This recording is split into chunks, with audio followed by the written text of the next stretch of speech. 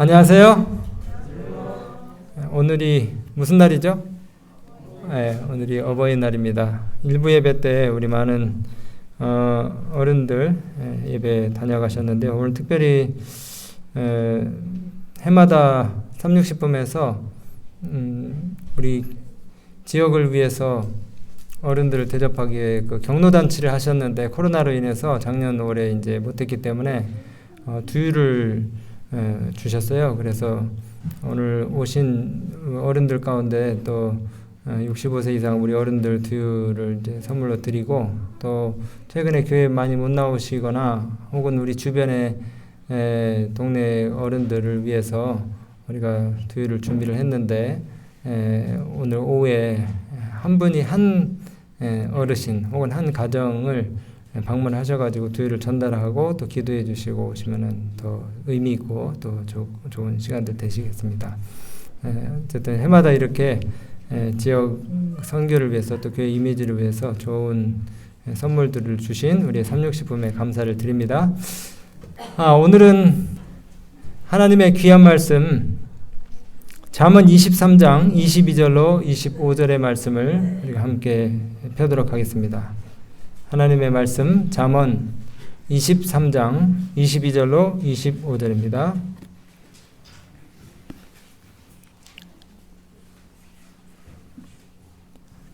잠언 23장 22절로 25절 다시 한번 읽도록 하겠습니다. 너 낳은 아비에게 청종하고 내 늙은 어미를 경히 여기지 말지니라. 진리를 사고서 팔지 말며 지혜와 훈계와 명철도 그리할지니라. 의인의 아비는 크게 즐거울 것이요 지혜로운 자식을 낳은 자는 그를 인하여 즐거울 것이니라. 내 부모를 즐겁게 하며 너 낳은 어미를 기쁘게 하라. 아멘. 여러분, 이게 어느 학교 문장인지 아세요? 네, 서울대학교. 샤같이 생겼죠? 저 글자. 이 서울대학교 저 중앙에 있는 상징이 한글 샤같이 생겼는데, 저게 국립서울대학교에 이 초성을 따가지고 만든 문장이랍니다. 그러니까 국립할 때 그 기역자 있잖아요. 그 대문에 이렇게 기역자 모양으로 꺾어진 거, 열쇠같이 생긴 거. 그 다음에 삼각형 엎어놓은 것 같이 생긴 저 시옷, 저게 서울대학교의 서자의 초성이고요. 그 다음에 옆에 열쇠처럼, 열쇠 이빨처럼 이렇게 돼 있는 거, 그게 대학교의 디귿이랍니다. 저게 모여가지고 저런 그 모양의 이제 상징이 나왔는데, 그 밑에 서울대학교의 어떤 그 이념이라든가 정신, 또 뭐 목표를 나타내는 듯한 그 라틴어인가요? 저게 적혀 있는데 뭐라고 쓰여 있냐면 메리타스 룩스 미아라고 이렇게 쓰여 있어요. 근데 저기에 뜻이 뭐냐면 진리는 나의 빛이랍니다. 진리는 나의 빛. 여러분, 이거는 어느 대학교 문장인지 아세요? 예, 연세대. 금방 아시네요. 동문이신가 봐요. 연세대학교의 문장도 보시면은 이응하고 그 다음 밑에 시옷 있죠. 연세에 초성을 따가지고 저렇게 했고, 책이 있고 횃불이 있잖아요. 책은 진리를 상징한다 그럽니다. 그 다음에 횃불은 자유를 상징하고요. 그리고 두 이념을 갖다가 수호하기 위해서 방패 문양을 그려놨어요. 여기도 이제 진리라고 하는, 진리 탐구의 어떤 그 목표를 둔 것처럼 생각이 되는 진리라고 하는 그 상징 그 이미지를 갖다가 거기 넣어놨어요. 이건 어느 대학교 겁니까? 네, 당연히 서울대 연대가 나왔으면 고대가 나와야겠죠. 자, 고대의 문장도 뭡니까? 그 자유, 정의, 진리라고 하는 문구를 집어넣어놨는데, 저기에도 빠지지 않고 진리가 등장하고 있습니다. 이거는 뭡니까? 이거 어느 대학교 문장일까요? 네, 하버드 대학교. 하버드 대학교 그 문장 안에도 베리타스라고 써 있어요. 베리타스. 아까 서울대학교에도 나왔는데 베리타스가 뭡니까? 진리입니다. 지금까지 우리가 보신 그 각 학교의 문장에 엠블럼 속에 공통적으로 등장하는 단어가 뭐라고요? 진리입니다. 진리. 오늘 본문 23절에 보시면은 진리를 사고서 팔지 말며라는 그런 표현이 나오는데, 여러분, 진리는 어떤 대가를 지불하고서라도 얻어야 되는, 그리고 또 어떤 유혹이 있더라도 그것을 빼앗기지 말아야 되는 중요한 가치입니까? 굉장히 중요한 것입니다. 보신 바와 같이 우리나라의 유수한 명문 대학들이 저 진리라고 하는 단어를, 또 하버드 대학교도 그렇죠, 모토 혹은 목적, 이념 혹은 표어로 그렇게 삼고 있어요.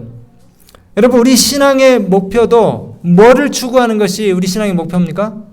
진리를 추구하는 것이 우리 신앙의 목표입니다. 그래서 정말 중요해요. 그래서 진리를 알지니 진리가 너희를 뭐하게 하리라?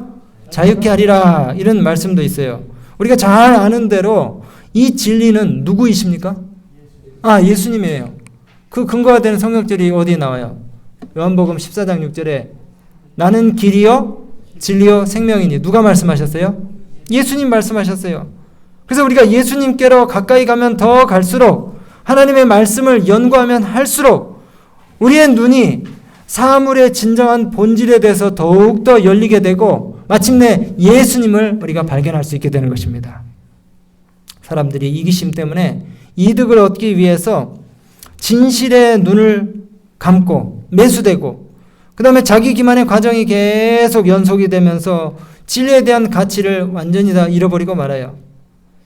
그래서 사람들이 진리를 하찮게 여기고 경멸하고 헐값으로 그 진리와 영생을 팔아버립니다. 그런데 오늘 본문 말씀에 보면은 내 부모를 공경하라고 하신 이 말씀 사이에 진리를 사되 팔지 말지니라고 하는 그런 말씀이 나오고 있어요.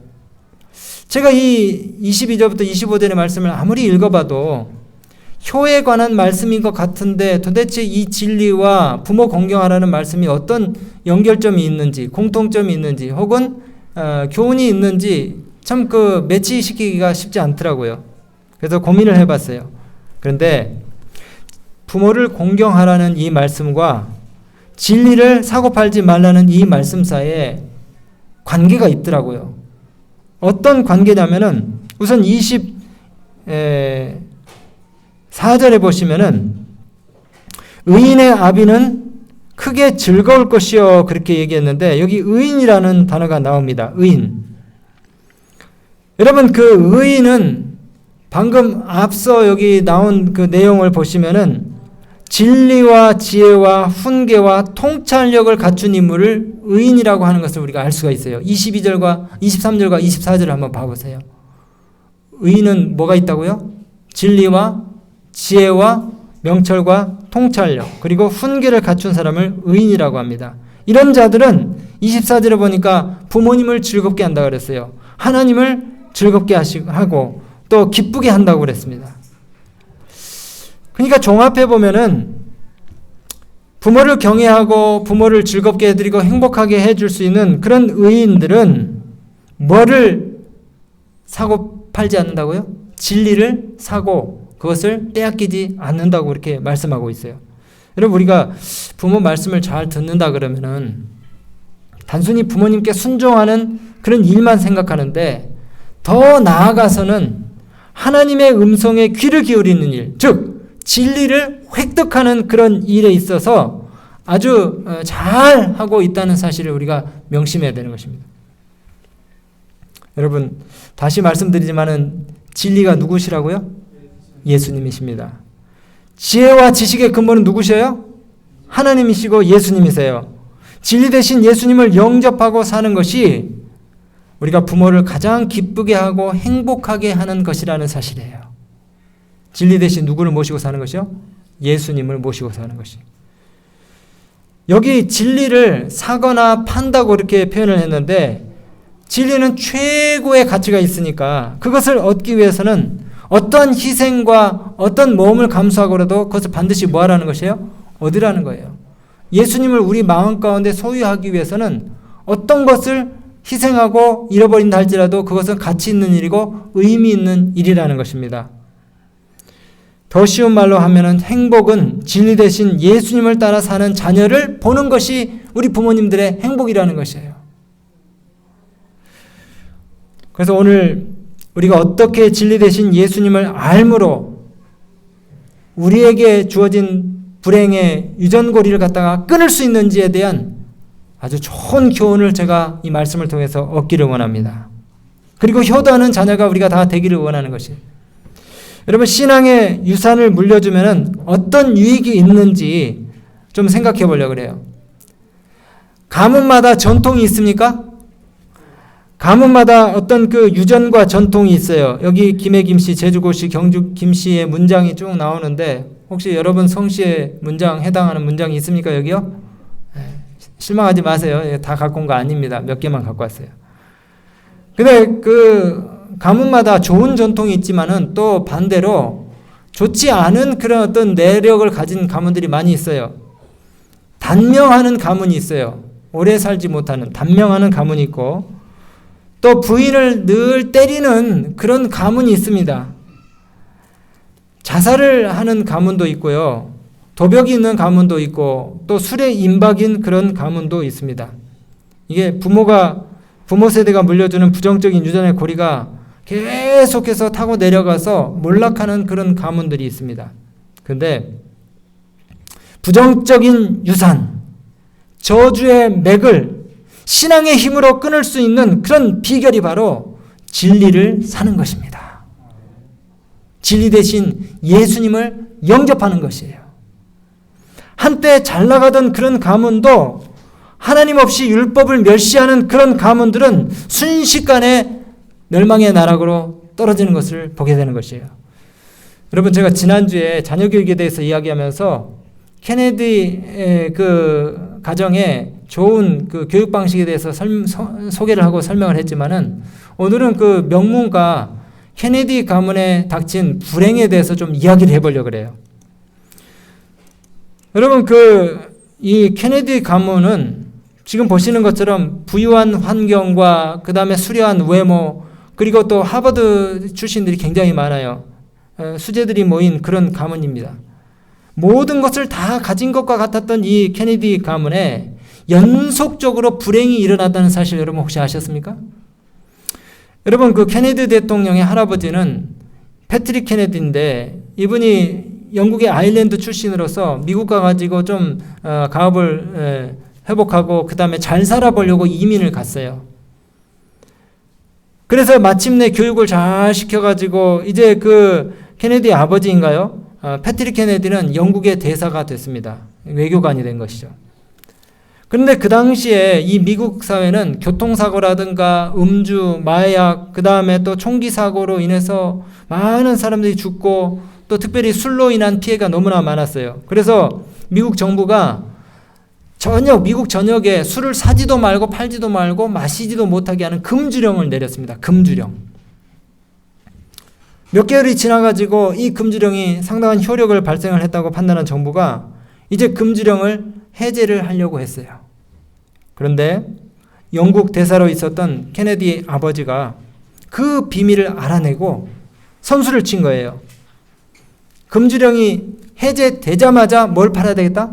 술을 팔아야 되겠다 생각을 해가지고 영국에서 큰 배에다가 어마어마하게 많은 술을 갖다가 술통을 싣고 뉴욕항에 대기를 시켰습니다.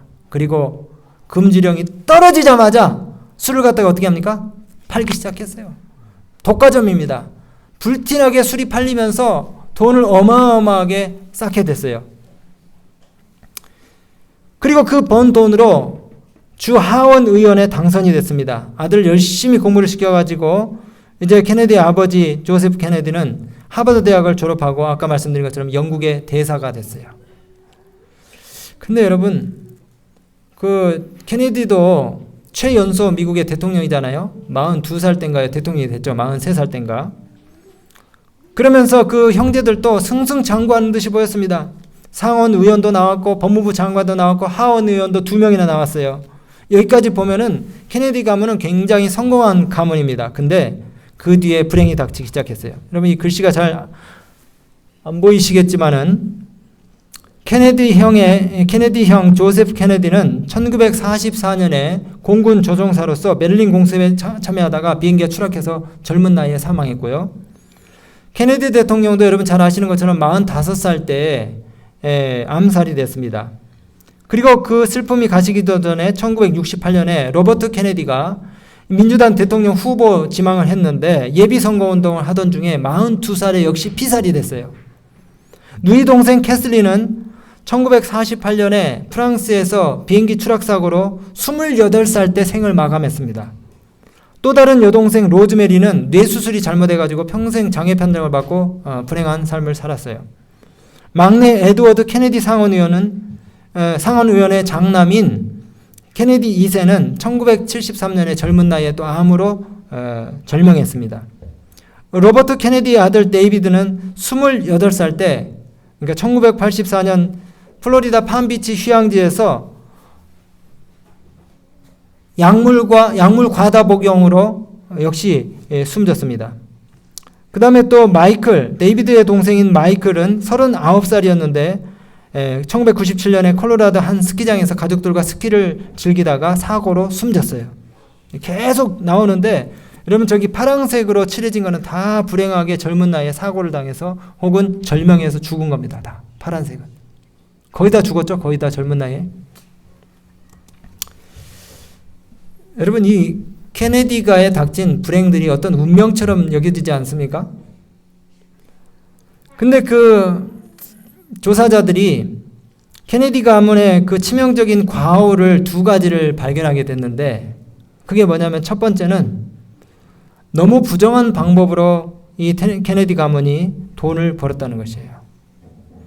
증조 할아버지는 위스키 통을 갖다가 제조하고 할아버지는 술집과 술 도매상을 하면서 은행업과 주식과 그다음에 아주 그 부도덕한 그런 영화 사업들 경마장으로 돈을 부정 축제를 많이 했다는 것입니다.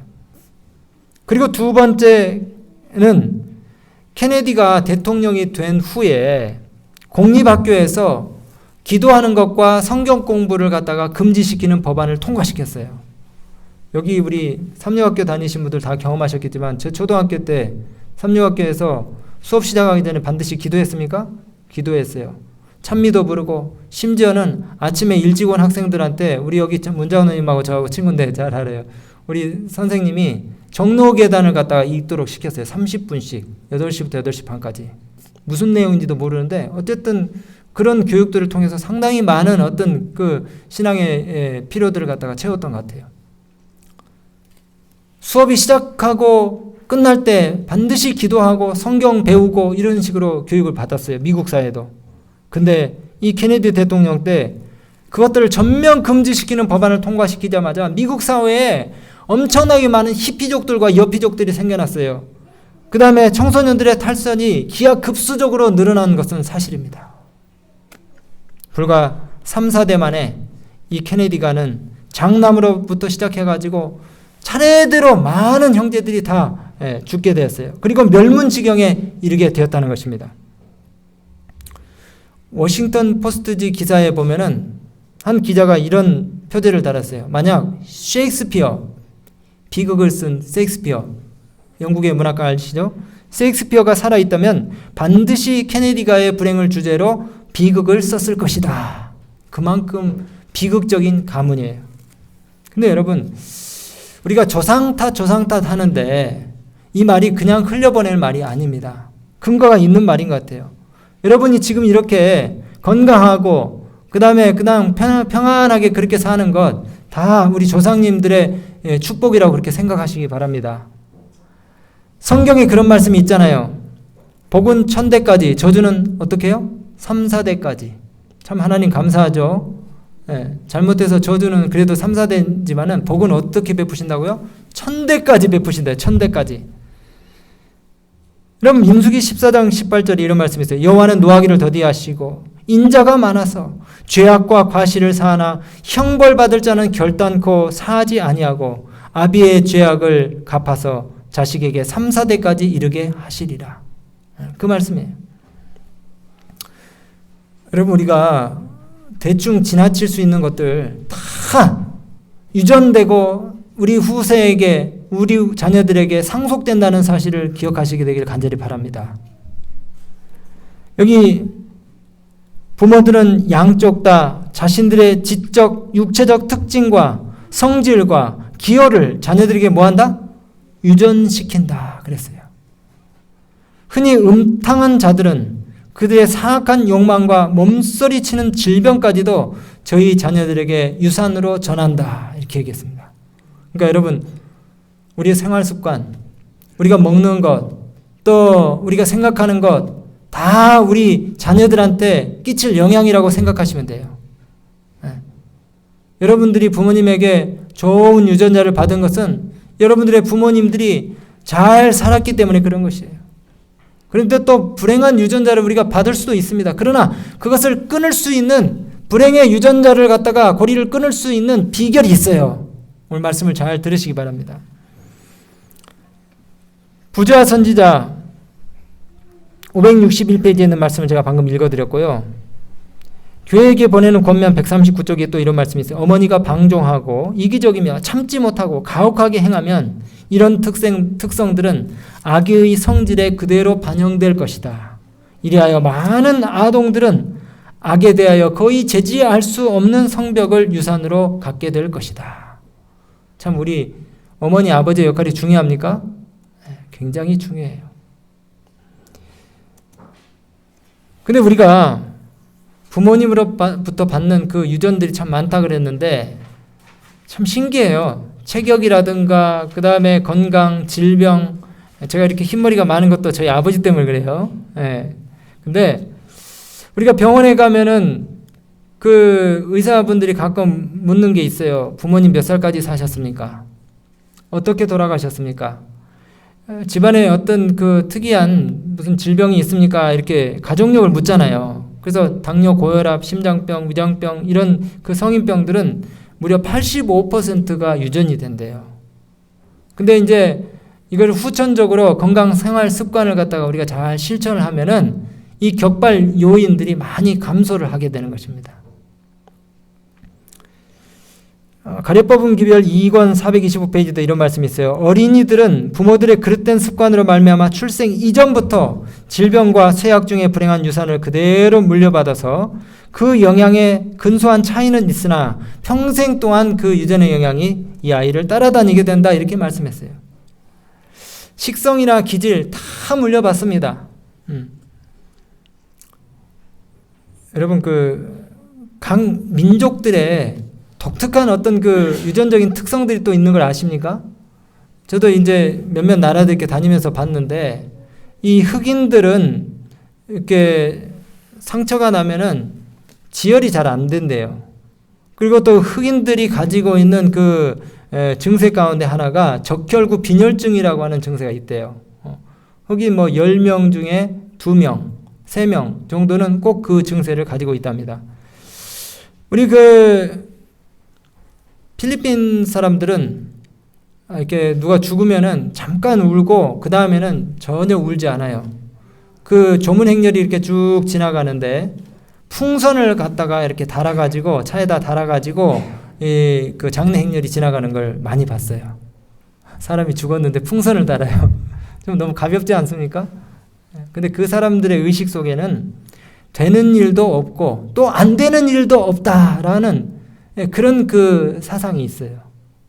반대로 우리 한국 사람들의 기질은 어떻습니까? 한국 사람들의 기질은 안 되면 되게 하라잖아요. 안 되면 되게 하라. 그 다음에 빨리빨리 근성이 있어가지고 어떻게 해서든지 몰아쳐가지고 되게 하는 그런 근성이 있지 않습니까? 이렇게 좀 기질이 있어요. 나름대로. 가문에도 그 가문에 나름대로의 어떤 그 유전적인 요인들이 있다는 것입니다. 여러분, 내가 지금 먹은 음식이 50년 후에 100년, 200년 후에 우리 후손에게 반드시 영향을 끼친다는 사실을 우리가 기억해야 됩니다. 내가 먹은 음식과 또 내가 생각하는 것들, 이 모든 것들이 바로 당장 내 아들, 딸들에게도 영향이 끼쳐지지만은 200년, 300년 후에 내 후손에게도 영향이 끼쳐질 수 있다는 것이에요. 여러분, 성경에도 재밌는 이야기가 있어요. 우리 믿음의 부조들의 그 실수에 대한 특이한 공통점이 있는데, 아브라함이 가나안 땅에 흉년이 왔을 때에 애굽에 내려가가지고 아내 사례를 갖다가 뺏길 지경이 됐기 때문에 뭐라고 아내를 소개합니까? 왕에게? 자기 누이라고 거짓말을 하죠. 근데 이삭도 창세기 20장에 보니까 그 그랄왕 아비멜렉 앞에 가서 자기 아내를 뺏길 지경이 되니까 똑같은 실수를 했더라고요. 자기 아내를 누구라고 속였어요? 역시 누이라고 속였어요. 누이라고.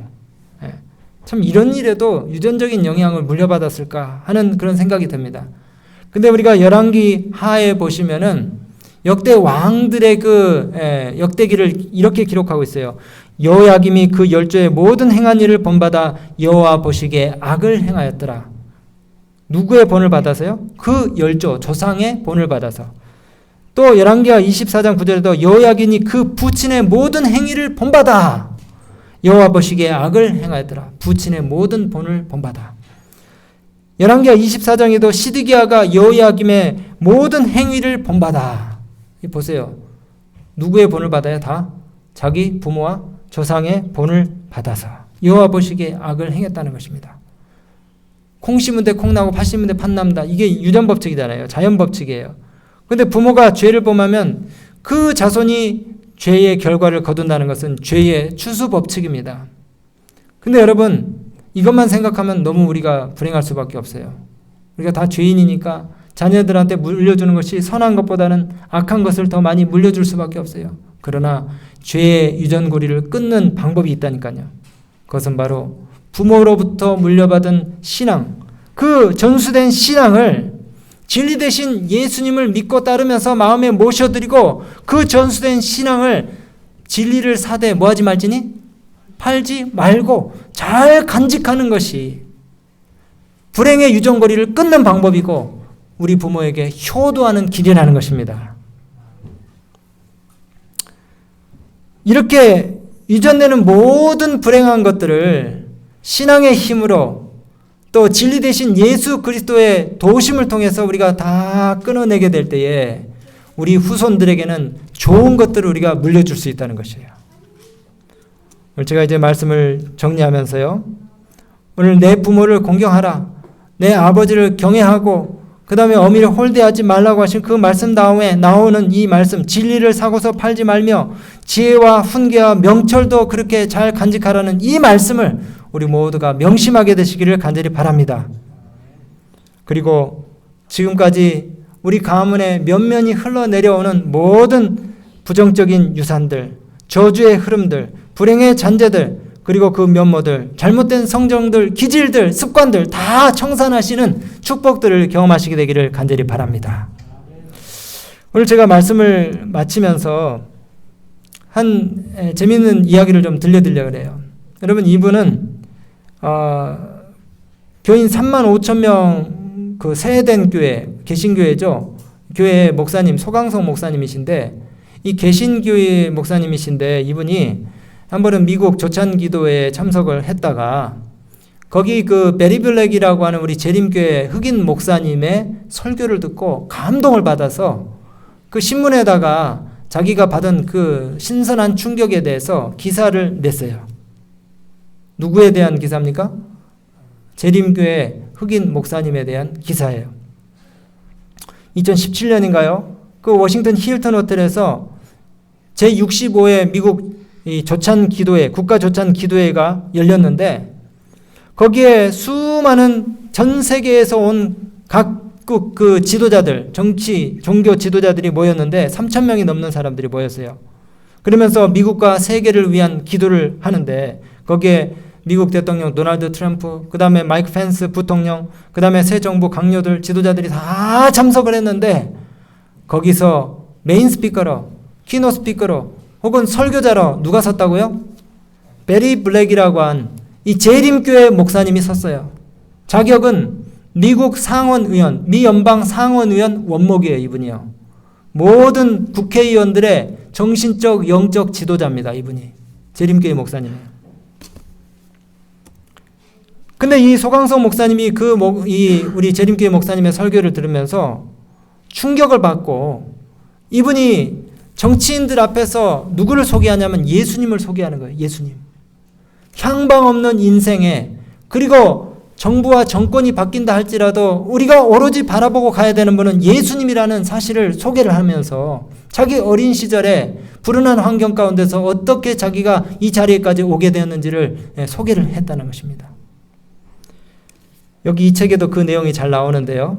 어머니가 초등학교 중퇴 학력밖에 가지지 않은 슬럼가 빈민가에 정말 폭력과 마약과 그다음에 뭡니까 그 가난이 난무한 그런 할렘가에서 이 목사님이 자라났어요. 볼티모어의 그 빈민촌에서. 그렇게 불행한 환경 속에서 사는데 이 어머니가 자녀들을 믿음으로 키우기 위해서 진리를 그 마음 가운데 심어주기 위해서 아이들한테 자기 자녀들한테 이런 숙제를 내주는 거예요. 얘들아 성경절 한 절 외워오면은 엄마가 5센트 줄게. 꼭 이거 실천해 보시기 바랍니다. 성경절 한 절 외우면 엄마가 5센트 줄게. 여러분 긴 거 외우면 돈 받기 쉬워요? 짧은 거 외우면 돈 받기 쉬워요? 네, 최대한 짧은 거. 그래서 이 메리 블랙이 성경을 뒤적거리면서 제일 짧은 거 뭐 있습니까? 예? 태초에 하나님 천지를 창조하시니라. 좋습니다. 쉬지 말고 기도하라. 한 절 5센트예요. 범사에 감사하라. 5센트예요. 그 다음에 또 뭡니까? 항상 기뻐하라. 5센트. 이런 것들만 골라서 5센트씩 계속 받았어요. 그 돈 받는 재미로 성경을 외우는데 점점 긴 성경절들도 외우게 되고 이 말씀이 그 영혼에 깊숙이 박혀가지고 이 아이의 삶을 갖다가 변화시키는 능력이 됐다는 것입니다. 여러분 여기 첫 페이지부터 읽으면 정말 감동적이더라고요. 정말 감동적이에요. 자기가 그 해군에 들어갔을 때에 다른 개신교 그 같은 동료 병사들이 그랬대요. 너 출세하려면 종교를 바꿔야 돼. 재림교인으로서는 절대로 높은 자리 못 가. 그래도 이분이 뭐라고 얘기했냐면은 내가 출세하기 위해서 교단을 바꾸거나 종교를 바꿀 마음이 전혀 없다. 교회는 아이스크림 고르듯이 그렇게 선택해서 가는 곳이 아니야. 이렇게 대답했대요.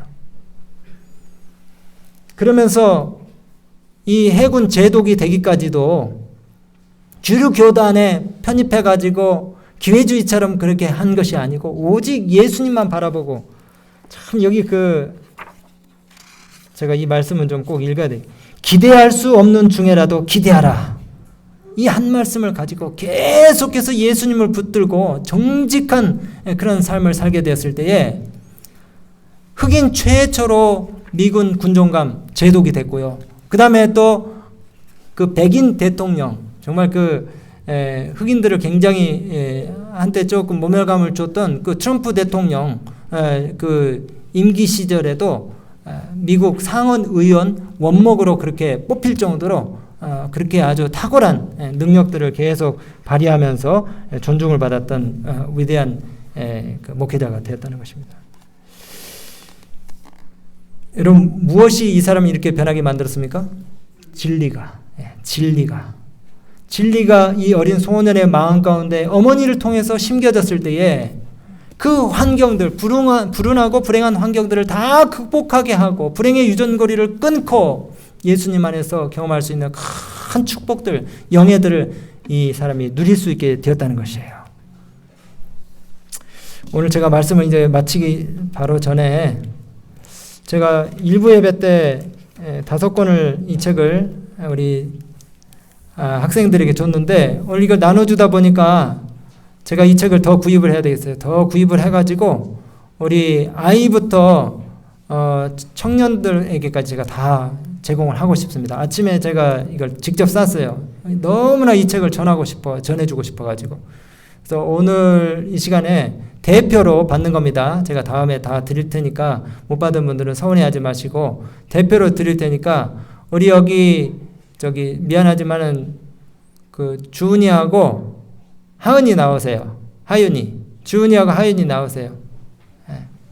오늘 여기서 제일 이쁜 사람 제가 2사람 부릅니다. 박수 한번 주세요. 얼른 나오세요. 우리 주은이하고 하윤이 나오세요. 당첨됐어요. 주은이하고 하윤이. 책 글씨 읽을 줄 알죠?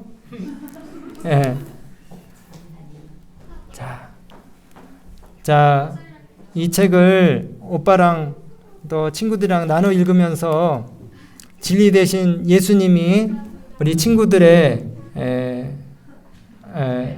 모토가 되고 또 소망이 되고 힘이 되기를 간절히 바랍니다. 잠자기 전에 엄마가 읽어주세요. 같이 읽으시면서 정말 우리 친구들은 들어가세요.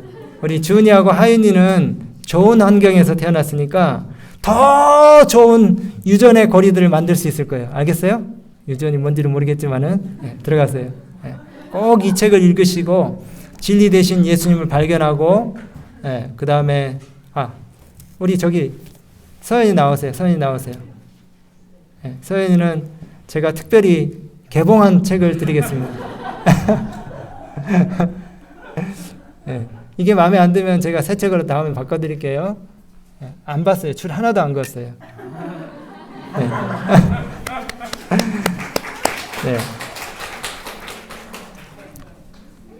여러분 오늘 어버이날을 맞아서 우리 부모님들의 행복은 우리 자녀들이 진리를 따라서 사는 것을 보는 것이 행복입니다. 그렇습니까? 또 우리 자녀들의 도리는 진리 대신 예수님을 믿고 사는 것이 우리 자녀들의 도리인 것이에요. 부디 불행한 유전의 권위를 끊기 위해서 진리 대신 예수님이 여러분 삶의 중심이 되시게 되기를 간절히 바라면서 말씀 마치겠습니다.